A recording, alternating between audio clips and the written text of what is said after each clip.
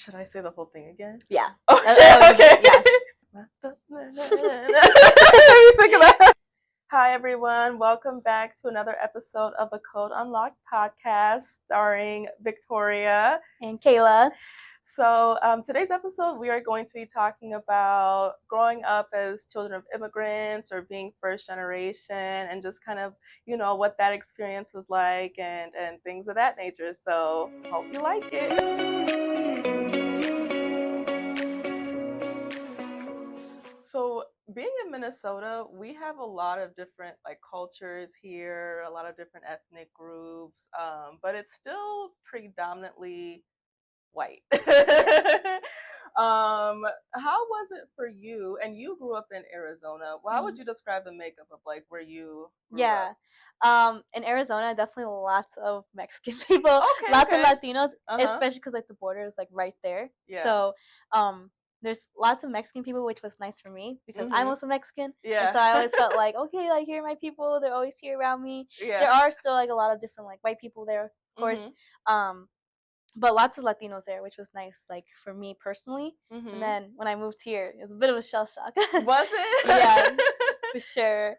Just being a little bit further away from the border, of course, not a little across the border. I know. I bet weather too, right? Yeah, that probably too. So, I kind of had to seek out a little bit more coming here. Yeah. But yeah, there was definitely a difference. Yeah, for sure. For me, so I'm Ghanaian, and I was actually born in Ghana, but I came here with my family to Minnesota when I was really young.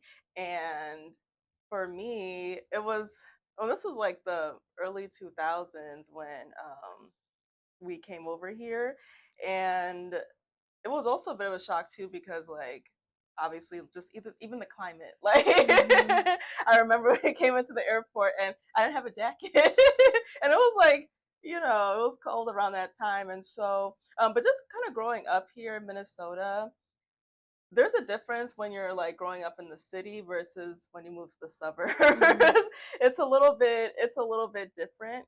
And when we first came here, we were in St. Paul, so I saw all types of different people, Somalis, Ethiopians, Hmong, African Americans, whites. It was just like Hispanics. It was just a big mix. But then moving to the suburbs, that's a different story. You kind of that's kind of where you kind of find yourself kind of being the only one sometimes, and that can do something to you, just growing up as a kid. What was your experience growing up in the area you grew up in Arizona? Yeah, it was actually kind of nice because I did grow up in the city, and so I actually did grow up in a predominantly Mexican neighborhood. Yeah, so that was cool because growing up, I didn't feel I was the only one, but my parents had us go to high school a little bit further north, so a little bit towards the suburb area as well, and that was where I also got kind of a little shell shocked because in my area there was all Mexicans, and then when I went up north it was we started to get away from that demographic, and so that in high school it was okay, yeah, there's less of us here. Yeah. So that was different for me as well. Yeah. How was it trying to fit in and stuff? How was that? Yeah, no, I definitely noticed even just in the way that we dressed too. Yeah. It was it's a lot of girls had the branded stuff, and I was I really started to notice that I started to want those things because everyone else had it. Oh my gosh, that's the same. I remember I don't know, because we're different generations, low key, but when I was in middle school, what those because at that time I was in the suburbs, what those popular girls would wear was Hollister, Abercrombie, and Aeropostale. What were they wearing? Yeah, no, it was kind of similar for us. I knew a lot to American Eagle, but then when Lululemon started getting more popular. See, I was out of high school at that point. Yeah. No, the Lululemon started to come, and that kind of sucked though because it was even more expensive than American Eagle. So.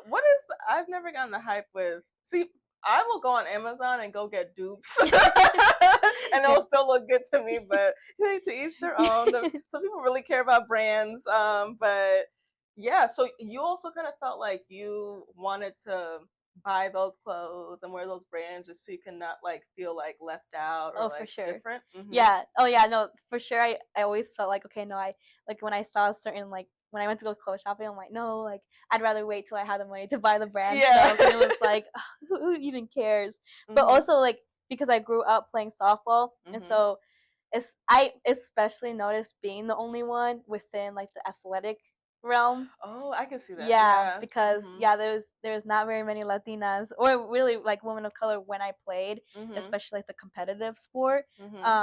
And even then, like the equipment costs a lot of money. Yeah. And everyone, like every year, like a new equipment would come out, and I'm talking about like $400-500 bats, like softball bats, and every year I was like, oh my gosh, like how do I keep up? Like, and obviously I couldn't, like I never got like every year the new equipment, but like a lot of the girls did, and I always felt like, oh my gosh, like am I not good enough? Like I'm not gonna be as good as them because I can't like get the new stuff. Yeah, they cost that much. See, I wasn't a sports girly in high school, so and that's just for the bat. Oh, the gloves $400-500. Were you a like what was your position? I was a catcher, so then the gear $400-500. Yeah, then, don't you need like the face guard thing too? And then I needed 2 separate gloves. $400-500. Yeah, oh my it got expensive quick. And then like when things started to get older, it was like in the grand scheme of things. Now that I'm older, like that none of it mattered. But it was like when I was younger, it was like, oh my gosh, now I need to start saving up to buy the new equipment or whatever. And it was like it never mattered, but I felt like it did at the time. Yeah, and I feel like for me, like the high school I went to, there was definitely like that gap. Obviously, like the diversity gap, like it was not diverse at all. But then like the wage gap, like the gap between like the haves and the have-nots was like very evident at that school, and I was part of the have-nots. Grew up like lower income, and I just kind of, I don't know, it was just so evident. Like it was like racism and classism, and those aren't good mixes. Yeah. Like pick a struggle. Yeah. You know what I mean? But yeah, I would also get this like sense of just like, you know, I have to like wear certain things or whatever just so I can like, you know, fit in. Because like all of those like kids, especially like the wealthy ones, they all had cars, driving to school. I was still taking the bus. I was still taking the bus. And so it just kind of does a lot to you. And so, like, do you think like going back, like you wish you would have went to like a more diverse, like even diverse in terms of just like income, you know what I mean?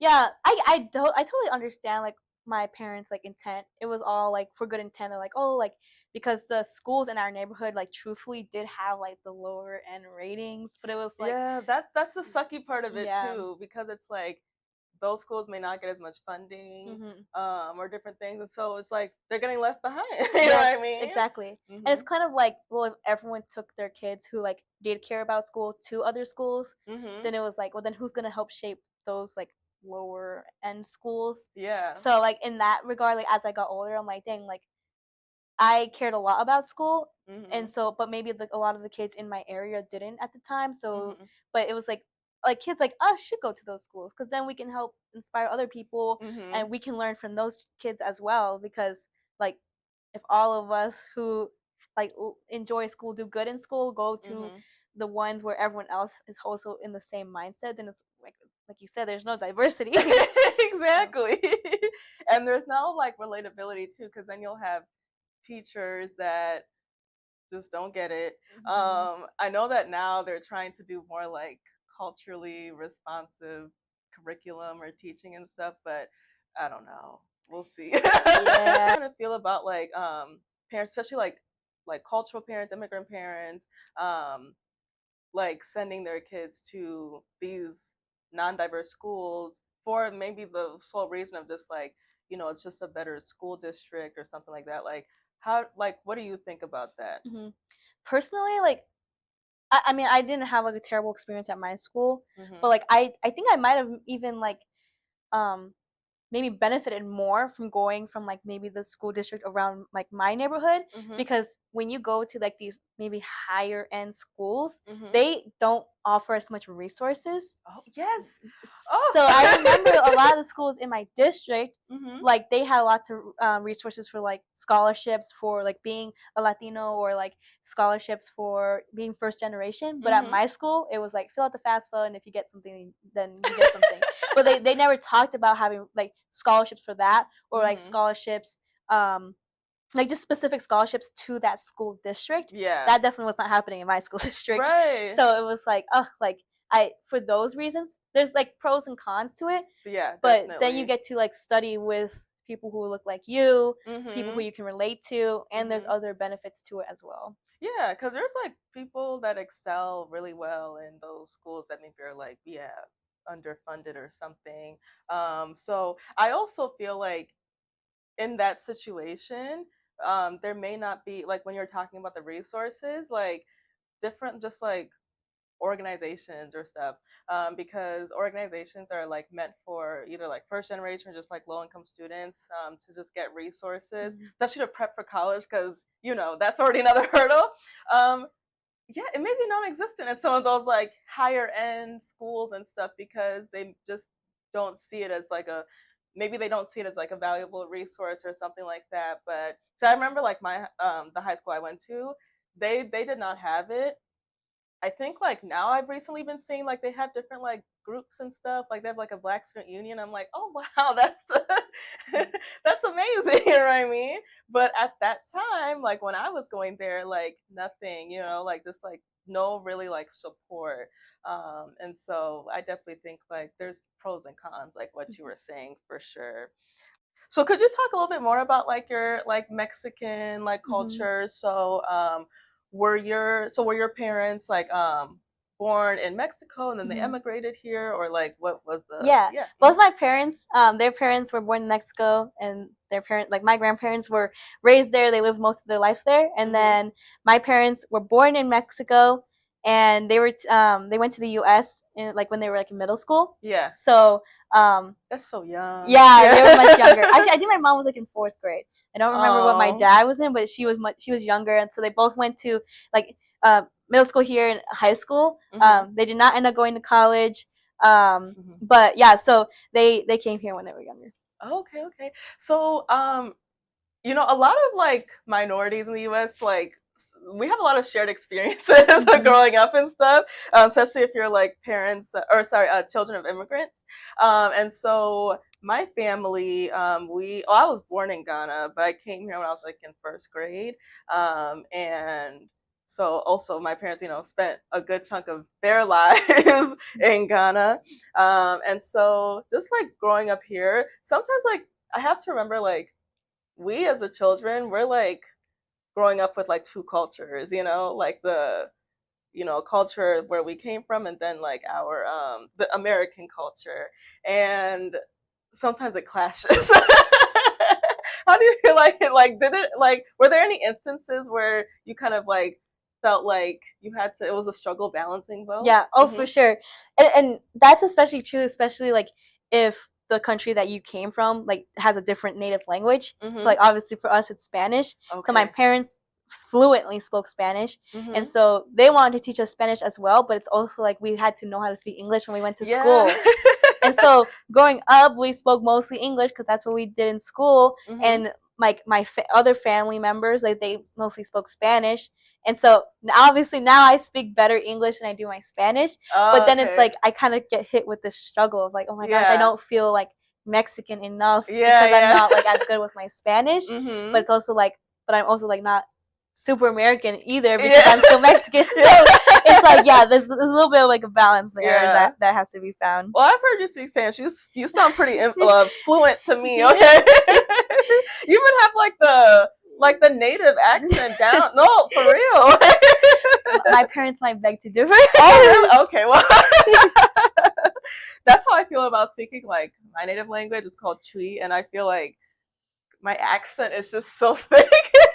Like my American accent, when I try to say certain words, like I get shy to kind of speak it sometimes because I feel like they're just gonna make fun of me, you know what I mean? But I gotta get over that, you know. And I feel that way too, but I just have to think to myself, for one, even if like one of my family members does judge, it's like, why?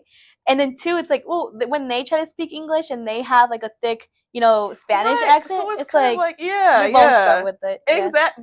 That's a good mindset to have. Like at the end of the day, you can understand what I'm saying and what I'm trying to say. Yeah, exactly. And vice versa. So let's be in the middle. What about like just like expectations around just like, maybe what they have planned for your life versus trying to just figure out your life for yourself? Did you ever kind of have that with them? Yeah, I mean, they always talked about how like they worked hard to give us a better life, and so we should work hard to give our kids in the future a better life. So whatever way that was, they never they always kind of push that you should go to school, but they also acknowledge, well, if you don't want to, that's fine, but you have to have some sort of plan as well. It was always like, you should have a plan. You have to have a plan. You can't just be floating out here. Exactly. So yeah. Yeah, I feel like for me, it was definitely either go to medical school or it was mainly that. But I've heard for some other Africans, especially Nigerians, they're like, oh, be a lawyer or be an engineer. But more so maybe an electrical engineer or something like that. Or you do finance, one of those things, it's it's just no wiggle room. This is just what they have expected for you. And I got that more so with my dad, not as much with my mom. She was more so just kind of what you're saying, just have a plan, but you can, do what you want to do. But for my dad, it was mainly just no, you're either going to pharmacy school or doing X, Y, and Z. So when I pivoted from that, it was a learning curve for the both of us. I'll just keep that. Yeah. But at the end of the day, it all worked out. You know what I mean? Yep. But I think that's the difference with also they're a different generation too. And also where they grew up is just different from here. I feel in the US, there's just different options that one could take to quote unquote make it versus maybe where they're at or where your parents came from. It's I don't know, maybe it's just different, so I can understand that perspective too. So let me not drag them too much, but yeah.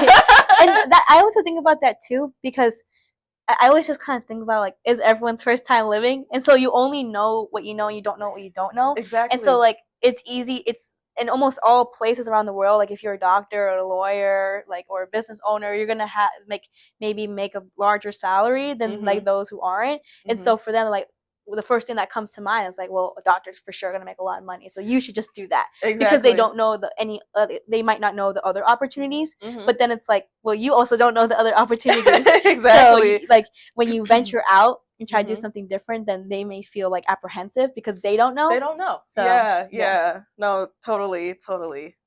So as a first generation Latina, how important is your culture to you and your identity? No, it's super important, because I feel if I step away from it and I start to distance myself from it, then it's then what was the whole point? For me, it was I forgot that this was the whole yes, exactly. Yeah, and so it's I'm super proud of myself for getting into college and then getting into tech, because it's as sad as it is to be one of the only ones at times, it's but I'm also helping pave the way for other Latinos who want to get into this. And so if I distance myself from it, then I'm kind of losing sight of what my mission really is. Yeah, I totally relate to that too. I'm also a first generation Ghanaian American. I feel for me,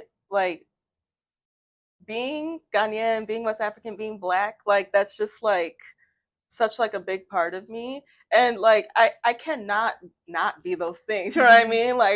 That's just who I am, and I feel just the history of just the African diaspora and just everything that, I just feel it's a symbol in a way, whether I like it or not. You know what I mean? It's a symbol in a way, and I just really love just making my parents proud that all that they've had to struggle and do to give us a better life, is worth it, so that really does make me feel proud, and also just to give back, to show other you know, young African girls, young Black girls, that like, you know, you can do, you know, anything you set your mind to, whether or not the society tells you something different, you know what I mean? So they just like need that representation. So I feel like it's pretty important to me.